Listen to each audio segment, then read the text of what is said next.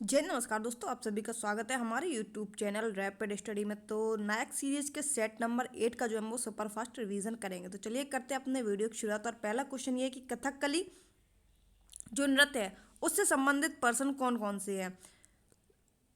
तो कथक कली कथकली है कहाँ का, तो ये है केरल का। कथकली और मोहिनीअट्टम कहाँ के हैं, तो ये केरल के हैं। ठीक है। भरतनाट्यम कहाँ का है, तो ये तमिलनाडु का है। कच्चीपुड़ी कहाँ का है, तो कच्चीपुड़ी जो है, कच्चीपुड़ी कौन, आंध्र प्रदेश, अंधा व्यक्ति। ठीक है। और कहाँ पर लगाए थे, तो रेड्डी पर। तो राजा रेड्डी और राधा रेड्डी जो है ये किससे संबंधित है, तो कुचिपुड़ी से ये संबंधित है। अब आ जाते हैं कथकली पे। तो गोपियाँ जो है वो कथक कर रही थी। क्या कर रही थी, कथक कर रही थी। किससे, पद, पद मतलब होते हैं पैर, पैरों से जो है वो कथक कर रही थी।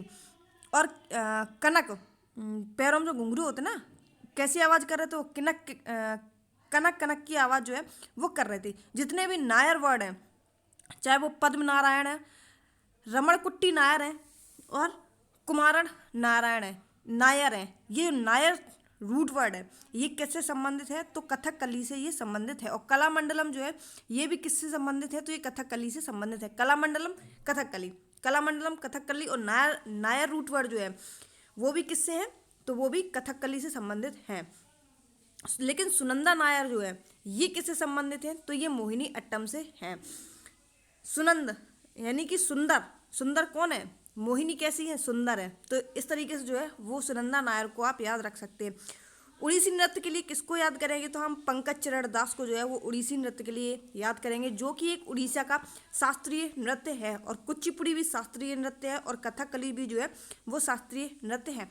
कथकली में कौन सी भाषा का प्रयोग किया जाता है, तो मणि प्रबल भाषा जो है इसका प्रयोग किया जाता है कथकली में। ठीक है। कथकली गीतों के पाठ को क्या कहा जाता है, तो अट्टा कथा कहा जाता है। क्या कहा जाता है, अट्टा कथा कहा जाता है। अब आ जाते हैं घराने की बात कर लेते हैं। तो अतरौली घराना किससे संबंधित है, तो अतरौली घराना जो है वो जयपुर से संबंधित है। जिसके संस्थापक कौन है, तो अल्लादिया खां जो है जयपुर घराने के संस्थापक हैं। और शैली कौन सी है, तो ख्याल शैली आपने सुनी होगी।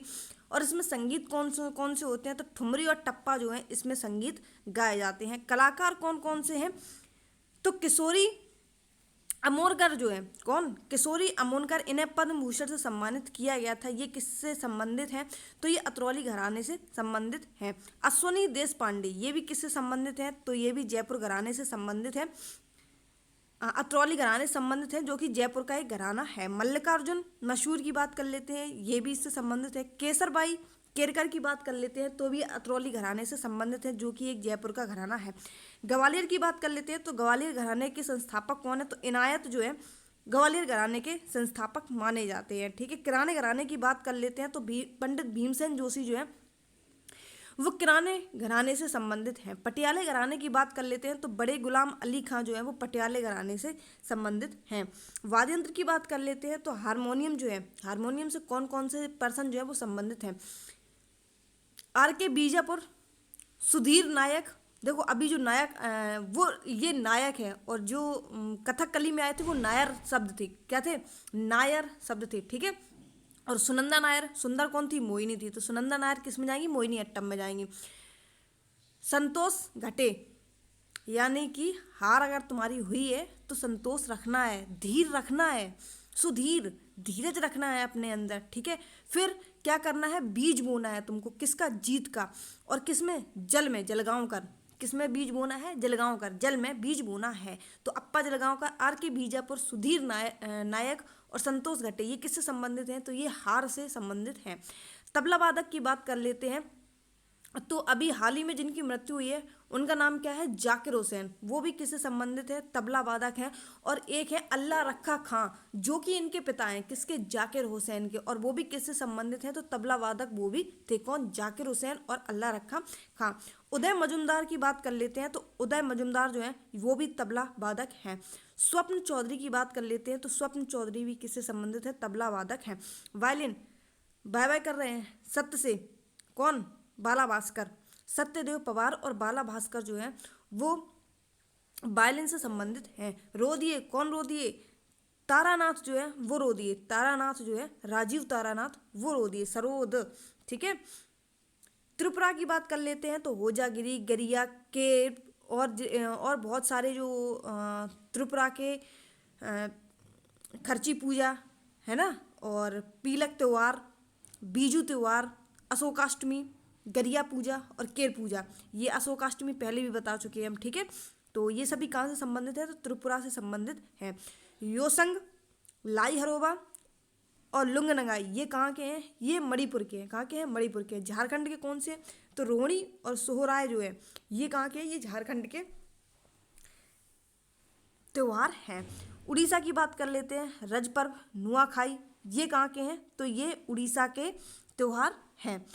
अब आ जाते हैं राष्ट्रीय खेल पर। तो 37वें राष्ट्रीय खेल कब हुए थे, तो अक्टूबर 2023 में जो है वो 37वें राष्ट्रीय खेल हुए थे, जिसका उद्घाटन जो है वो नरेंद्र मोदी के द्वारा किया गया था। और आयोजन कहाँ पर हुआ था, तो गोवा में इसका आयोजन किया गया था, जिसको मोटो कौन क्या था, तो गेट सेट गोवा इसका मोटो था। और शुभंकर जो है इसको मोगा रखा गया था, जिसमें पहला स्थान जो है वो महाराष्ट्र ने 80 गोल्ड मेडल जो है जीते थे, और दूसरा जो है वो सर्विसेज ने 66 गोल्ड मेडल जीते थे। और तीसरा पे थर्ड स्थान पर जो आया था राष्ट्रमंडल खेलों में, तो वो हरियाणा आया था, जिसमें 62 गोल्ड मेडल जीते थे। पहले राष्ट्रीय खेल जो है वो कब हुए थे, तो 1924 में पहले राष्ट्रीय खेल जो है वो लाहौर में हुए थे। और 37वें नंबर के कहाँ हुए हैं, तो गोवा में आयोजन किए गए हैं। पहले आधुनिक राष्ट्रीय गेम कब हुए थे, तो पहले आधुनिक राष्ट्रीय गेम जो है वो 1985 में दिल्ली में खेले गए थे।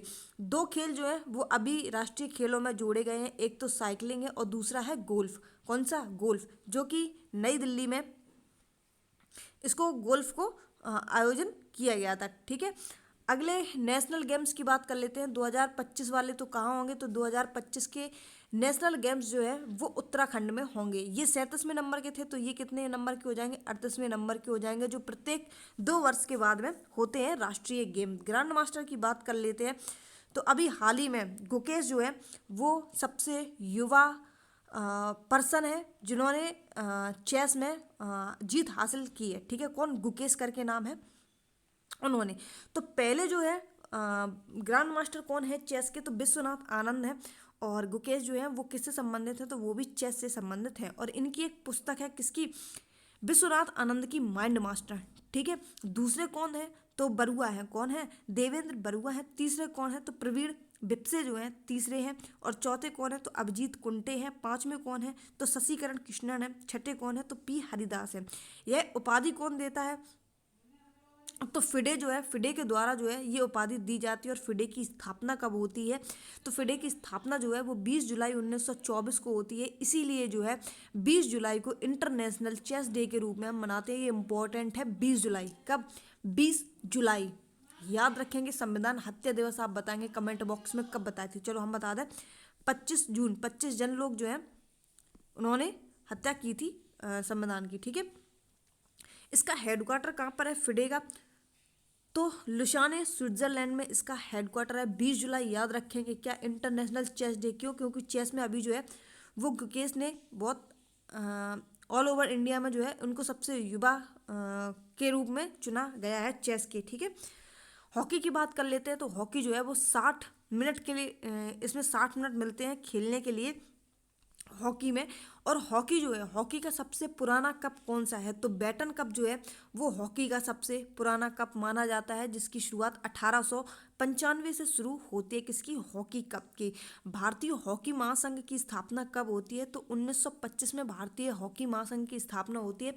और 2008 में इसको भंग कर दिया जाता है। और हॉकी इंडिया की स्थापना फिर होती है इसके बाद में 20 मई 2009 में। इसको ख़त्म कर दिया गया भारतीय हॉकी महासंघ को। क्या आई, हॉकी इंडिया आई कब, 2009 में। इसको 2008 में भंग कर दिया गया।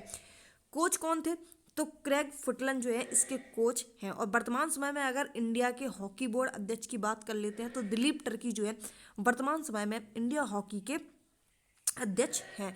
अब आ जाते हैं बुक्स पर कि मुल्कराज बुक्स, मुल्कराज की कौन कौन सी बुक्स हैं, तो एक तो है अनटचेबल, एक अनस्टॉपेबल है, एक अनफिनिश्ड है। और इनकी कौन सी है, तो अनटचेबल, ठीक है। कौन सी है, अनटचेबल इनकी पुस्तक है, किनकी, मुल्कराज की। कुली थे, अनटचेबल मतलब इनको कोई छूता नहीं था। अक्रॉस द ब्लैक वाटर, यानी कि क्यों, क्योंकि ये काला पानी पीते थे। द ब्लेज, मुल्क राज कहाँ से थे, गांव से थे। इस तरीके से आप अपनी जो ट्रिक है वो बना सकते हैं। द बिग हार्ट, लेकिन ये इनका दिल जो है वो बहुत बड़ा था। द वाइट टाइगर जो है अरविंद अडगा के, जो अभी हाल ही में पूछी गई है आरपीएफ एसआई के एग्जाम में। ए सुटेबल बॉय, ये किसकी है, तो ये विक्रम सेठ की है, ठीक है। A suitable boy.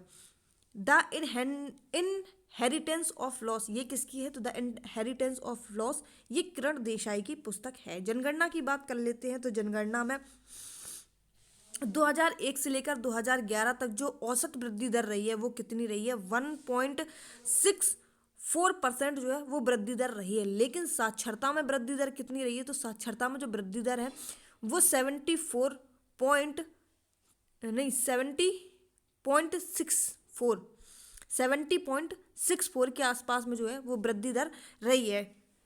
सबसे ज़्यादा आबादी किसकी है, तो उत्तर प्रदेश की सबसे ज़्यादा आबादी। और यूनियन टेरिटरी की बात कर लेते हैं, तो दिल्ली में सबसे ज़्यादा आबादी जो है वो यूनियन टेरिटरी की है। सबसे कम आबादी स्टेट की बात कर लेते हैं, तो सिक्किम।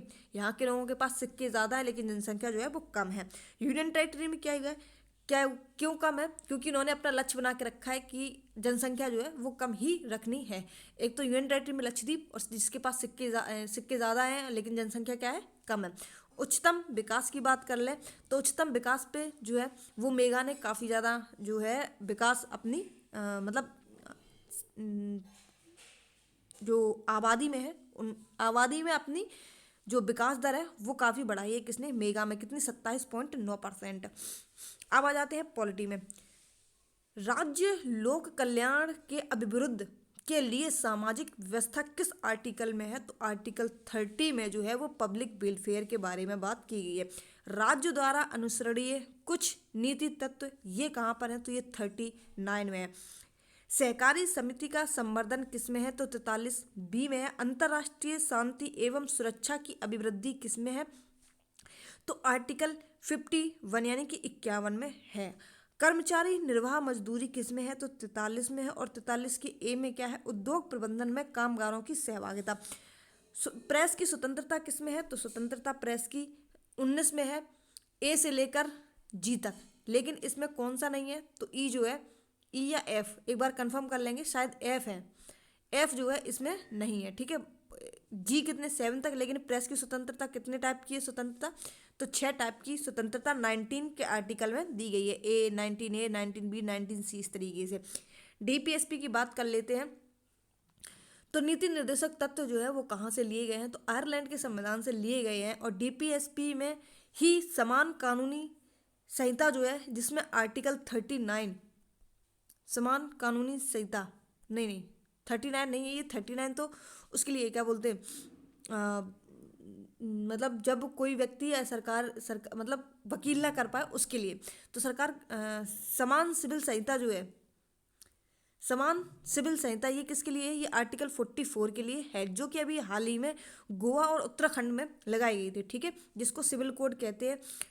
और यूसीसी यानी कि समान सिविल संहिता लागू करने वाला राज्य कौन सा है, तो उत्तराखंड। वैसे गोवा में भी जो है इसको लागू किया गया है। सामाजिक क्रांति का दस्तावेज किसको कहा जाता है, तो आर्टिकल 38 को जो है, जो कि लोक कल्याण के लिए अभी ऊपर आपको बता के आए, सामाजिक क्रांति का दस्तावेज आर्टिकल 38 को कहा जाता है। आर्टिकल 49 क्या कहता है, राष्ट्रीय महत्व के स्मारक संरक्षण, यानी कि जो राष्ट्रीय चीज़ें हैं उनके संरक्षण के बारे में आर्टिकल 49 जो है इसकी बात करता है, ठीक है। कार्यपालिका को न्यायपालिका से पृथककरण किस में होता है, तो 50-50 में होता है। कार्यपालिका आधे में न्यायपालिका 50-50 में। 31 क्या कहता है, 31 को निरस्त कर दिया गया, क्यों, क्योंकि संपत्ति का अधिकार इसमें था। मद निषेध किसमें है, तो आर्टिकल 47 में मद निषेध का प्रावधान है। काम का अधिकार किसमें है, तो काम का अधिकार जो है वो आर्टिकल 41 में दिया गया है। समान कार्य हेतु समान वेतन जो है वो 39 के डी क्लॉज नंबर में दिया गया है। किसमें, 39 के क्लॉज नंबर डी में। हाँ ये आ गया देखो 39A, ठीक है। निःशुल्क कानूनी सहायता जिसको हम बोलते हैं, क्या, निःशुल्क कानूनी सहायता, मतलब कोई व्यक्ति अगर वकील करने के लायक नहीं है तो सरकार अपनी तरफ से एक सरकारी वकील जो है वो तैयार करता है उसके जो मुकदमा होता है वो लड़ने के लिए। तो ये वही होता है 39A। बच्चों के लिए निःशुल्क शिक्षा जो है वो किस में बोली गई है, तो 45 में जो बोली गई है। और कितने से कितने बच्चों तक के लिए, तो 0 से लेकर 6 वर्ष तक के बच्चों के लिए। लेकिन जो 86वां संविधान संशोधन हुआ है उसमें क्या बोला गया, 6 से लेकर 14 वर्ष के जो बच्चे हैं इनको निःशुल्क शिक्षा का प्रावधान दिया गया है। ठीक है। सूचना का अधिकार किसमें है, तो आर्टिकल 19 में जो है वो सूचना का अधिकार दिया गया है। और समान कार्य हेतु समान वेतन, तो 39 के क्लोज नंबर डी में। Live in fair and human condition for work, यानी कि प्रसूति सहायता किसमें दी गई है, तो प्रसूति सहायता जो है वो आर्टिकल 42 में दी गई है। मनरेगा कार्यक्रम की बात कर लेते हैं, तो दुनिया का सबसे बड़ा सामाजिक कल्याण कार्यक्रम जो है वो मनरेगा को माना गया है। और मनरेगा किस आर्टिकल के तहत आता है, तो आर्टिकल 43 के तहत जो है वो मनरेगा आता है। नरेगा एक्ट कब आता है, तो नरेगा एक्ट जो है वो 2005 में आता है। और इसको लागू कब किया जाता है, तो 2 फरवरी 2006 में इसको लागू कर दिया जाता है। और फिर इसी को नरेगा को ही नाम चेंज करके 2 अक्टूबर 2009 में इसको मनरेगा रख दिया जाता है। मनरेगा का मतलब होता है महात्मा गांधी। ठीक है। 5 किलोमीटर के दायरे में आपको काम करना होगा, आपको अपने ही क्षेत्र में। सबसे ज़्यादा मजदूरी जो है वो हरियाणा में मिलती है, कितनी, एक दिन के लिए 357 रुपये। न्यूनतम मजदूरी अधिकार कब आता है, तो न्यूनतम मजदूरी अधिकार जो है वो 1948 के तहत जो है इसमें आपको मजदूरी दी जाती है। मठ कितने हैं, तो 4 मठ हैं, 12 ज्योतिर्लिंग हैं और 51 शक्ति पीठ है। आदि शंकराचार्य के द्वारा चारों मठों की स्थापना की जाती है, जिसमें ज्योति मठ है, द्वारका है, पुरी है और श्रृंगेरी है। क्या है, श्रृंगेरी है। जोशी मठ कहाँ है, तो ये बद्रीनाथ उत्तराखंड में है। द्वारका कहाँ है, तो द्वारका जो है वो गुजरात में है। कहाँ पर है, गुजरात में है। पुरी कहाँ पर है, ये उड़ीसा में पुरी है। मैसूर की बात कर लेते हैं, तो दक्षिण भारत जो है वो मैसूर में स्थित है।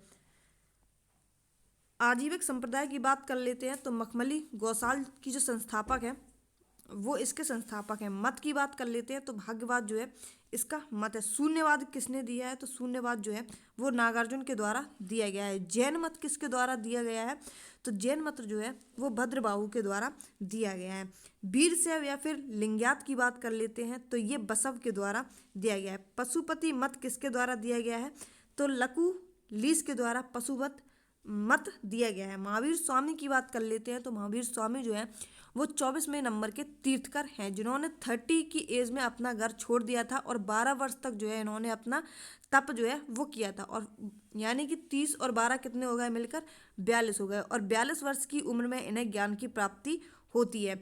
और ज्ञान की प्राप्ति इनको कहाँ पर होती है, तो जाम्बिक ग्राम में साल वृक्ष के नीचे इन्हें ज्ञान की प्राप्ति होती है, जिनका जन्म जो है वो कुंडल ग्राम वैशाली में इनका जन्म होता है 540 BC। BC मतलब बिफोर क्राइस्ट, यानी कि उल्टा चलना है इसको। और 468 BC में इनकी मृत्यु हो जाती है। कहाँ पर, पावापुरी पटना में। महात्मा बुद्ध की बात कर लेते हैं, तो महात्मा बुद्ध को जो ज्ञान की प्राप्ति होने में वर्ष कितना लगा था, तो 6 वर्ष लगा था। ठीक है। महावीर स्वामी के वंश की बात कर लेते हैं, तो ये इक्ष्वाकु वंश से संबंधित हैं, जिनके पिता का नाम सिद्धार्थ और माता का नाम त्रिशला था। जो कि और जैन धर्म में कुल कितने तीर्थंकर होते हैं, तो 24 तीर्थंकर थे, जिसमें 24वें नंबर के महावीर स्वामी थे। कुल 5 शिक्षाएं दी गई हैं जैन धर्म में। ठीक है। एक होता है सत्य, अहिंसा, आचार्य को जिसको हम अस्तेय बोलते हैं, इस अस्तेय का मतलब होता है चोरी ना करना। अपरिग्रह का मतलब होता है धन संचय ना करना, यानी धन को इकट्ठा ना करना। और 5वां है ब्रह्मचर्य। ब्रह्मचर्य को किसने जोड़ा था जैन धर्म में, तो महावीर स्वामी ने ही, जो कि 24वें नंबर के तीर्थंकर हैं। इन्होंने 5वीं शिक्षा है इनके द्वारा जोड़ी गई थी। बाकी 4 जो है वो पार्श्वनाथ के द्वारा जोड़ी गई थी। जिनका मतलब क्या होता है जैन धर्म में, तो जिनका मतलब होता है विजेता। और विजेता किसको कहते हैं, जो इंद्रियों को जीत लेता है उसी को हम जिन कहते हैं। महावीर मोच की बात कर लेते हैं, तो महावीर मोच किसको कहते हैं, तो पावापुरी पटना को कहते हैं, जिसको हम अप्पापुरी के नाम से भी जानते हैं। यानी कि अप्पापुरी का मतलब क्या होता है, पाप रहित नगरी। अब आ जाते हैं किस पे, ज्योग्राफी पे। तो मध्य भारत को क्या कहते हैं? मध्य भारत का जो पर्वतमाला है उसको हम विंध्य के नाम से जानते हैं, और तमिलनाडु में जो पर्वतमाला है उसको हम नीलगिरी के नाम से जानते हैं। राजस्थान में जो पर्वतमाला है उसको हम अरावली पर्वत के नाम से जानते हैं, जो कि सबसे पुरानी बलित श्रृंखला मानी जाती है, अरावली पर्वत। झारखंड की बात कर लेते हैं, तो झारखंड में जो पर्वतमाला है उसको हम राजमहल के नाम से जानते हैं। महाराष्ट्र की बात कर लेते हैं, तो महाराष्ट्र में बालाघाट और सतमाला, ये दोनों ही महाराष्ट्र में पर्वतमाला के रूप में जानी जाती हैं। गुजरात की बात कर लेते हैं, तो गुजरात में जो है पर्वतमाला वो मांडव है। तमिलनाडु में कौन सी है? तो सेवराय है। छत्तीसगढ़ की बात कर लेते हैं, तो छत्तीसगढ़ में बेलाडिला की पहाड़ियाँ जो हैं वो छत्तीसगढ़ में मिलती हैं, जिसको और गड़जाती पहाड़ी कहाँ पर मिलती हैं? तो गड़जाती पहाड़ी जो है ये उड़ीसा में पाई जाती हैं। तापी नदी की बात कर लेते हैं, तो ताप्ती नदी जो है वो पूर्व से पश्चिम की ओर बहने वाली नदी है। तापी नदी नहीं बल्कि नर्मदा नदी भी इसी के साथ में बहती है, जो कि विपरीत बहाव के साथ में ये दोनों बहती हैं। और इनका उद्गम कहाँ पर है तापी नदी का? तो ये मध्य प्रदेश के मुल्ताई स्थान से इनका उद्गम स्थल है। और ये तापी नदी जो है वो मध्य प्रदेश, महाराष्ट्र और गुजरात यहाँ से होकर गुजरती है तापी नदी। सहायक नदियाँ कौन कौन सी हैं तापी नदी की? तो पूर्णा, जिसको हम सूर्यपुत्री के नाम से भी जानते हैं, मोना, अरुणावती, अनूर, बगूर, बोरा, मिंदौला, ये सभी इसकी सहायक नदियाँ हैं। अरब सागर से मिलने वाली कौन कौन सी नदियां हैं? तो सिंधु नदी है, नर्मदा नदी है, तापी, साबरमती, लूनी और माही, ये सभी जो नदियां हैं वो अरब सागर में जाकर गिरती हैं। दामोदर नदी की बात कर लेते हैं, तो ये जैविक मरुस्थल, जिसको वाटर पॉल्यूशन के नाम से जानते हैं, दामोदर नदी को कहा जाता है, जो कि हुगली की सहायक नदी मानी जाती है। किसकी? हुगली की, जिसको हम बंगाल के शोक के रूप में भी जानते हैं। किसको? दामोदर नदी को। इसका उद्गम कहाँ से है? तो नागपुर की छोटा नागपुर की पहाड़ियों से दामोदर नदी का उद्गम है, जो कि पश्चिम बंगाल और झारखंड से होकर निकलती है दामोदर नदी।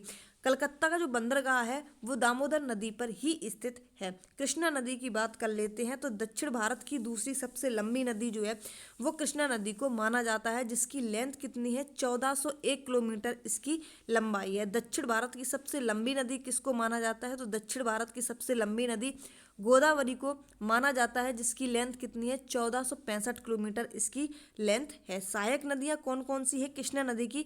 तो भीमा, डॉन और तुंगभद्रा। भीमा, डॉन और तुंगभद्रा इसकी सहायक नदी है कृष्णा नदी की। महानदी की सहायक नदियाँ कौन कौन सी है? तो ओंग, जोक और तेल, ये जो है वो महानदी की सहायक नदियां हैं। कृष्णा नदी का उद्गम कहाँ से है? तो महाबलेश्वर, महाराष्ट्र से इसका उद्गम है। किसका? कृष्णा नदी का। प्रवाह क्षेत्र की बात कर लेते हैं, तो प्रवाह क्षेत्र जो है आंध्रा, तेलंगाना, महाराष्ट्र और कर्नाटक, यहाँ से होकर ये गुजरती हैं। सहायक नदियाँ कौन कौन सी हैं? तो भीमा, घाट प्रवाह और माल प्रवाह कृष्णा नदी की सहायक नदियाँ मानी जाती हैं। कावेरी नदी के बारे में बात कर लेते हैं, तो कावेरी नदी का जो उद्गम स्थल है वो ब्रह्मगिरी की पहाड़ियाँ, कर्नाटक से इसका जो उद्गम है वो होता है। तमिल भाषा में इसका नाम क्या है कावेरी नदी का? तो पोन्नी, इसको हम कावेरी नदी को कहते हैं। आपने पोन्नी सेल्वम एक मूवी सुनी होगी, वो कावेरी नदी पर ही वहाँ से इनका आना जाना था। क्षेत्र के बारे में बात कर लेते हैं, तो कर्नाटक, तमिलनाडु, केरल और पुडुचेरी, यहाँ से जो है ये होकर गुजरती हैं। सहायक नदियाँ कौन कौन सी हैं? तो अमरावती, भवानी, हेमावती, कावनी, अकवीती, स्वर्णवती और लोकपावनी, इसकी ये सहायक नदियाँ हैं। और ये अंतर्राज्यीय जल विवाद एक्ट के तहत आती है। कौन सी? कावेरी नदी। जिसका एक्ट कौन सा है? तो एक्ट 1956 जो है ये जल विवाद आता है। कावेरी जल विवाद जो है वो किन किन स्टेट के बीच में है? तो तमिलनाडु, केरल, पुडुचेरी और कर्नाटक, इसके बीच में ये जल विवाद है, जिसको अंतर्राष्ट्रीय जल विवाद 1956 एक्ट के तहत में ये आती हैं। तीसरा सबसे बड़ा एरिया है, कौन सा है? तो वो है उद्योग सेवा क्षेत्र। उद्योग सेवा क्षेत्र में कौन कौन से आते हैं? जैसे बैंक है, शिक्षा है, और ये जो भी जितने भी अर्धसैनिक बल हैं, ये सभी किस में आते हैं? तो ये उद्योग क्षेत्र में आते हैं, तीसरे उद्योग क्षेत्र में। ठीक है, पहले में कौन कौन से आते हैं? जैसे अपने कृषि वगैरह है, ठीक है, मछली पालन है, ये सभी पहली क्षेत्र में आते हैं। नई आर्थिक नीति क्या कहती है? तो नई आर्थिक नीति जो है वो 24 जुलाई 1991 में नई आर्थिक नीति आती है, जिसके पहले पीएम कौन रहे थे? तो नरसिम्हा राव इसके पीएम रहे थे। वित्त मंत्री की बात कर लेते हैं, तो मनमोहन सिंह जो है इसके वित्त मंत्री जो है रहे थे। आरबीआई के गवर्नर उस टाइम कौन थे? तो एस वेंकट रमण जो है वो थे। और वर्तमान में 50वें नंबर के आरबीआई के गवर्नर कौन है? शायद 50 में या 51 में, शायद 50 में है, ठीक है, एग्जैक्टली नहीं पता, बट संजय मल्होत्रा जो है वो आरबीआई के गवर्नर वर्तमान समय में है। सीजीआई कौन है? तो सीजीआई जो है वो संजय मिश्रा है। कौन है? संजय मिश्रा है। आईसीसी के अध्यक्ष कौन है? तो जय शाह जो है वर्तमान में आईसीसी के अध्यक्ष हैं। एलपीजी की कब अपनाई गई? तो एलपीजी भी इसी टाइम अपनाई गई थी 1991 में, जब नई आर्थिक नीति आती है। एलपीजी का फुल फॉर्म क्या होता है? तो एलपीजी का फुल फॉर्म होता है, एल का होता है मतलब होता है उदारीकरण, जिसको हम लिबराइजेशन बोलते हैं, प्राइवेटाइजेशन बोलते हैं और ग्लोबलाइजेशन बोलते हैं। लिबराइजेशन में सिर्फ 5 ही उद्योग के लाइसेंस दिए जाते हैं, जैसे शराब है, सिगरेट है, रक्षा उपकरण है, विस्फोटक है, विस्फोटक पदार्थ है, रक्तनाशक रसायन है। इसमें ये 5 प्रकार के जो है वो उद्योग आते हैं। भारत की पहली औद्योगिक नीति कब आती है? तो भारत की जो पहली औद्योगिक नीति है ये मार्च 1948 में आती है, ठीक है। और पहली औद्योगिक नीति किसके द्वारा लाई गई थी? तो श्यामा प्रसाद मुखर्जी के द्वारा इसको लाया गया था। दूसरी औद्योगिक नीति कब आती है? तो पंडित जवाहरलाल नेहरू के शासनकाल में 1956 में ये आती है, जिसमें उद्योगों को 3 वर्गों में जो है वो विभाजित किया गया था। और थर्ड कब आती है? 1977 में। फोर्थ कब आती है औद्योगिक नीति? तो 1980 में। फिफ्थ आती है 1990 में। और सिक्स्थ जो है ये पूछी जाती है 24 जुलाई 1991 में, जिसमें एलपीजी वाली नीति जो है आती है, ठीक है। लिबरलाइजेशन, प्राइवेटाइजेशन और ग्लोबलाइजेशन। सूक्ष्म उद्योग क्या होते हैं? सूक्ष्म उद्योग जिनमें इन्वेस्टमेंट में जो है वो 1 करोड़ से लेकर 5 करोड़ के मध्य किया जाता है, उसी में सूक्ष्म आते हैं। और मध्यम किसको कहते हैं? जिसमें 5 से लेकर 50 करोड़ तक का जो इन्वेस्टमेंट है वो किया जाता है। और टर्नओवर कितना होता है इसका? तो टर्नओवर जो है 50 करोड़ से लेकर 2.5 करोड़ तक का इसका टर्नओवर होता है। लघु किसको कहते हैं? तो 1 करोड़ से लेकर 5 करोड़ के बीच में इन्वेस्टमेंट किया जाता है। और टर्नओवर कितना होना चाहिए इसका? 5 करोड़ से लेकर 50 करोड़ तक जो है वो टर्नओवर इसका होना चाहिए। धावन मशीन किसको कहते हैं? तो धोने वाली जो मशीन होती है उसमें कौन सा बल लगता है? तो अपकेंद्रीकरण बल जो है इसमें मशीन में धोने वाली में लगता है। और जब हम मठे को फेरते हैं उसमें, यानी कि दही से जब हम मक्खन को निकालते हैं तो भी अपकेंद्रीकरण का बल लगता है। अपोहन क्या होता है? अपोहन बोलते हैं जब किडनी खराब हो जाती है तो उसी को हम क्या बोलते हैं? अपोहन बोलते हैं। पृष्ठ तनाव क्या होता है? कम से कम आकार घेरे उसको पृष्ठ तनाव कहते हैं। जैसे कि बरसात की बूंद जो है वो गोलाकार क्यों होती है? तो वो पृष्ठ तनाव के कारण जो है वो होती है। और जब हम ब्रश में जो पानी चिपकता है वो क्यों चिपकता है? तो वो भी पृष्ठ तनाव के कारण जो है वो पानी चिपकता है। बाष्पीकरण क्या होता है? तो मिट्टी के घड़े में जब पानी को ठंडा किया जाता है तो बाष्पीकरण के कारण ही जो मटके का पानी है वो ठंडा होता है। कोई पूछे कि मटके का पानी ठंडा क्यों होता है? तो वो बाष्पीकरण के कारण होता है। बारिश की बूंद गोल क्यों होती है? तो वो पृष्ठ तनाव के कारण होती है। कपूर जो है वो जल जाता है, क्यों जल जाता है? वो ऊर्ध्वपातन की वजह से जो है वो पूरा ठोस से गैस में परिवर्तित हो जाता है। किसके कारण? ऊर्ध्वपातन की वजह से। केमिकल नाम क्या होता है? तो ब्लीचिंग पाउडर का, जिसको हम कैल्शियम ऑक्सीक्लोराइड के रूप में जानते हैं, तो CaOCl2 जो है इसका फुल फॉर्म वो रासायनिक सूत्र होता है। प्लास्टर ऑफ पेरिस का क्या होता है? जिसको हम कैल्शियम सल्फेट हेमीहाइड्रेट बोलते हैं, CaSO4 × ½ H2O इसका सूत्र होता है प्लास्टर ऑफ पेरिस का। वॉशिंग पाउडर की बात कर लेते हैं तो Na2CO3 यानी कि सोडियम कार्बोनेट वॉशिंग पाउडर का सूत्र होता है। जिप्सम का क्या होता है? CaSO4 × 2H2O जिप्सम का सूत्र होता है। बेकिंग सोडा की बात कर लेते हैं तो NaHCO3 जिसको हम सोडियम बाई कार्बोनेट कहते हैं। कृत्रिम वर्षा कैसे होती है? तो कृत्रिम वर्षा जो है वो AgI को मिलाने पर सिल्वर आयोडाइड जिसको हम कहते हैं कृत्रिम वर्षा की जाती है। फोटोग्राफी जो है वो AgBr सिल्वर ब्रोमाइड फोटोग्राफी में इसका उपयोग किया जाता है। बीमारी की बात कर लेते हैं तो प्लेग बीमारी जो है वो कैसी बीमारी है? जीवाणु वाली है। एड्स की बात कर लेते हैं, ये वायरस की बीमारी है। गंजापन की बात कर लेते हैं तो ये कबा की, जिसको हम फंगस कहते हैं, ठीक है। विषाणु वाली जो जनित बीमारियां वो कौन कौन सी है? जैसे खसरा, रेबीज और पोलियो, ये है। ये सभी कैसी हैं? विषाणु जनित बीमारियां हैं जिसको हम वायरस कहते हैं। रेबीज में कौन सा वायरस हो जाता है, तो रेबीज में रेंडो वायरस हो जाता है, जो कि बंदर कुत्ते के काटने से होता है, जिसमें हम अपन लोगों को हाइड्रोफोबिया हो जाता है। जिस हाइड्रोफोबिया यानी कि पानी से डर लगना, इसको कहते हैं क्षय रोग, जिसको हम टीबी कहते हैं। ये क्यों होता है? ये माइक्रोबैक्टीरियम ट्यूबरक्लोसिस की वजह से टीबी होता है, जो कि एक जीवाणु जनित रोग है। किसकी? माइक्रोबैक्टीरियम ट्यूबरकोसिस क्लोसिस की वजह से ये होता है। कश्मीर में सरकारी गेस्ट हाउस कहाँ पर है?